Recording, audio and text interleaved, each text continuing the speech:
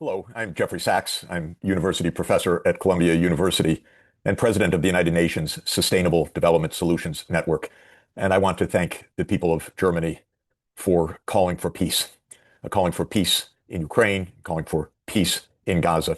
And we have a problem everywhere. People everywhere in the United States, in Britain, across the European Union want peace, but our leaders are warmongers, and they continue these wars.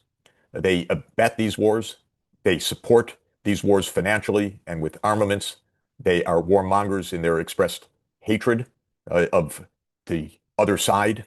And most importantly, our leaders do not engage in diplomacy to find a way to peace. Now, the German government is saying, oh, you can't talk to the Russians. You can't negotiate with the Russians. They don't want to negotiate. But the fact is, it's Germany that doesn't negotiate. It's Europe that doesn't negotiate. It's the United States that doesn't negotiate. Let's look at the facts. The United States and the Soviet Union negotiated the Anti-Ballistic Missile Treaty, signed in 1972. Who broke the treaty? The Soviet Union? No. Russia? No. The United States broke the Anti-Ballistic Missile Treaty. In the year 1990, Chancellor Helmut Kohl and President Mikhail Gorbachev negotiated the reunification of Germany, including the clear and unequivocal promise that NATO would not enlarge, that NATO would not expand 1 inch eastward. Who broke that agreement? The Soviet Union? No. Russia? No. That was Germany and the United States that broke the agreement. No sooner had unification occurred than German politicians started to advocate the expansion of NATO and brought the United States along as well, in complete violation of what had been agreed. In February 2014, Europe and President Putin and President Yanukovych made an arrangement for early elections in Ukraine late in 2014, signed off by European Union foreign ministers. Who broke that agreement? The Russians? No.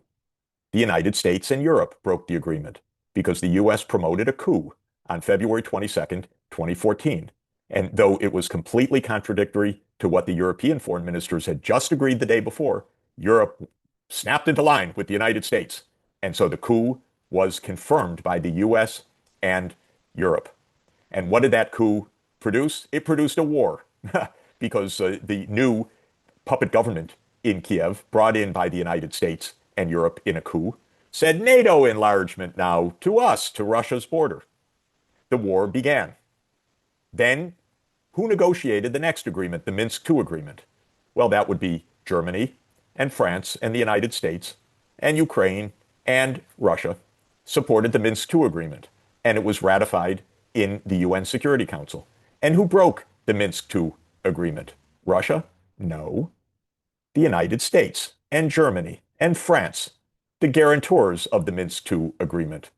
Remember what former Chancellor Merkel said about the Minsk II agreement? Oh, that was just to buy time for Ukraine to gain its strength. Then, in April 2022, when the war escalated with Russia's invasion of Ukraine on February 24th, 2022, within weeks, an agreement was reached between Ukraine and Russia to end the war on the basis of Ukraine's return to neutrality. In other words, no NATO enlargement. Who broke that agreement that was initialed by Ukraine and Russia on April 15th, 2022? Russia? No. The United States and the United Kingdom, who went and told their puppet, Zelensky, you fight on for us. No neutrality. We'll back you. So who failed in diplomacy? Now, the German government has said repeatedly, and I've listened carefully, you can't negotiate with the Russians. They don't want to negotiate. It's very funny. It's the United States that walked out of the Anti-Ballistic Missile Treaty. It's the United States that walked out of the Intermediate Nuclear Force Treaty. It's the United States and Germany that walked out of the promise not to expand NATO. It's the United States, Germany, and France that walked out of guaranteeing the Minsk II agreement. It's the United States and the UK that told Ukraine, keep fighting.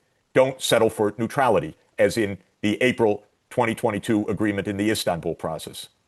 And then the German government has the temerity to tell its people that Russia doesn't want diplomacy? Honest to goodness, ladies and gentlemen, what are we going to do with our governments? They lie to us.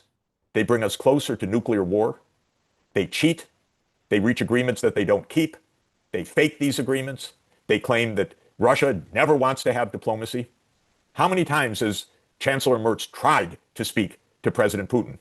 I think that would be zero. How many times has Foreign Minister Vadaful met with his counterpart, Russian Foreign Minister Sergei Lavrov? I think that would be zero. So your government, my government, Starmer, Macron, want to march us to war without even trying diplomacy. Ladies and gentlemen, it's a disgrace.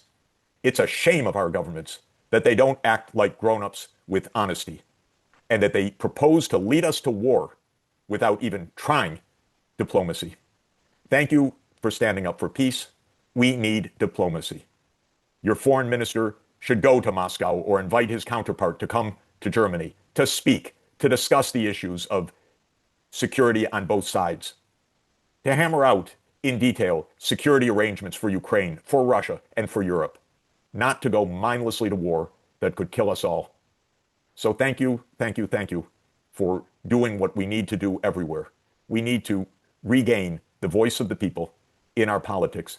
We are led by warmongers, but our nations are people that want peace. So I'm so grateful to you today for your efforts for peace. They are efforts not only for Germany, they are efforts for the whole world to find the path to peace. And we are all grateful for that. Thank you.